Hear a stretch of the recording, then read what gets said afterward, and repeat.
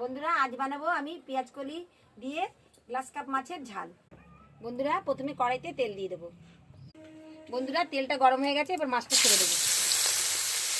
বন্ধুরা মাছগুলো ভাজা হয়ে গেছে, এবার আমি তুলে নেব। মাছটা ভাজা হয়ে গেছে, তেলটা রয়েছে, তেলের মধ্যে দিয়ে দেবো পেঁয়াজ বাটা, তারপর দিয়ে দেবো লঙ্কা বাটা, রসুন বাটা। বন্ধুরা এবার ভালো করে একসাথে মিশিয়ে নিচ্ছি। এবার দিয়ে দেবো টমেটো কুচি, তারপরে দিয়ে দেবো নুন, এবার দিয়ে দেবো পেঁয়াজ কলি ছোটো ছোটো করে কেটে রেখেছিলাম। এবারে একসাথে সব মিশিয়ে নেব। এবার দিয়ে দেবো হলুদ গুঁড়ো। বন্ধুরা মশলাটা করে কষে গেছে, তেল ছেড়ে দিয়েছে, এবার জল দিয়ে দেবো। ওপর দিয়ে কাঁচা লঙ্কা ছিটিয়ে দেবো। জলটা ফুটে গেছে, এবার মাছটা আমি দিয়ে দেবো।